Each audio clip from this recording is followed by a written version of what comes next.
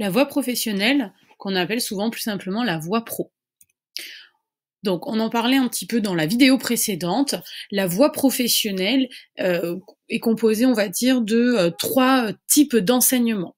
On a des enseignements généraux, comme au collège, du français, des maths, des langues, etc., mais qui vont être mis en lien avec l'entreprise ou le domaine professionnel choisi. Par exemple, en bac pro cuisine, en anglais, on va apprendre le vocabulaire de la cuisine. On a d'un côté des enseignements professionnels, en atelier qui ressembleront à de vraies situations professionnelles. Par exemple, en bac pro cuisine, l'atelier sera une cuisine et une salle de restaurant. Troisième type d'enseignement, de manière d'apprendre qu'on va avoir dans la voie professionnelle, c'est le stage. On a 12 à 14 semaines de stage pour le CAP, donc répartis sur les 2 ans, et puis sur les 3 ans du bac professionnel, les élèves vont avoir entre 18 et 22 semaines de stage. De manière générale, donc, le bac professionnel, ce sont des enseignements professionnels dont la réalisation d'un chef-d'œuvre ou d'un projet. Donc c'est un travail qui se poursuit donc sur plusieurs années, qui doit être présenté à la fin des études de l'élève. La formation en milieu professionnel, donc vous avez le détail ici en termes de semaines de stage en fonction de la classe, du niveau, seconde, première, terminale.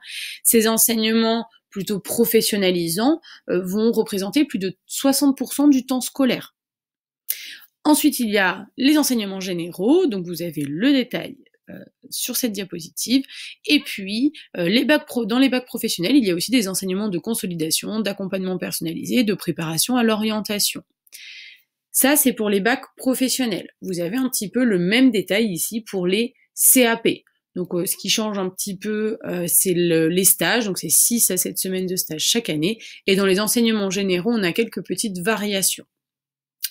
Je rappelle donc que le bac professionnel 3 ans, le CAP 2 ans, et que les élèves qui sortent de 3e ordinaire visent plutôt le bac professionnel, alors que les élèves qui sortent de SECPA visent plutôt les CAP, car ils ont une bonification pour cela.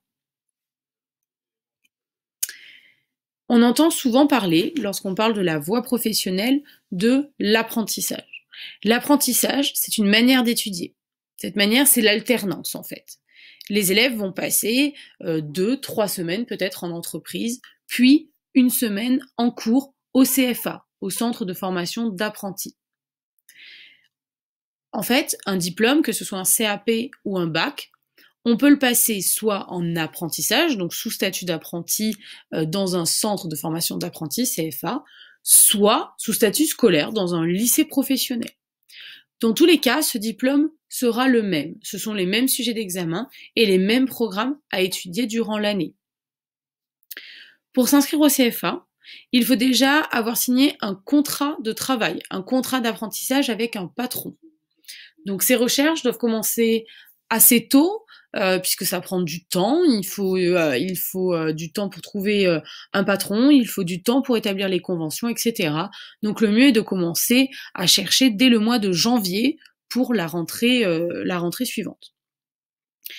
Lorsqu'on cherche un apprentissage, il est important de garder en tête que ça peut ne pas fonctionner et qu'il faut donc formuler aussi des vœux en lycée professionnel par sécurité. Donc à la fin de l'année, on va demander aux élèves qui souhaitent aller vers l'apprentissage et qui ont peut-être même déjà de bonnes pistes pour trouver un patron ou peut-être même déjà un patron, on demande toujours de formuler des vœux en lycée professionnel par sécurité. D'autres éléments sur l'apprentissage. On va dire des éléments qui pèsent plutôt positivement, des éléments à considérer aussi avant de se lancer dans cette aventure. L'apprentissage, c'est plus d'expérience professionnelle au bout des 2 ans ou des 3 ans, puisqu'on a cette chance d'être en entreprise très régulièrement, 2-3 semaines en entreprise pour une semaine de cours à peu près. Les élèves sont rémunérés dès 415 € par mois et selon l'âge. Mais il faut aussi prendre en compte que l'apprentissage, c'est un contrat, il y a donc une période d'essai, donc une possible rupture du contrat de travail, seulement 5 semaines de vacances par an, une présence obligatoire tant en entreprise qu'au CFA, et puis des obligations professionnelles, tout simplement.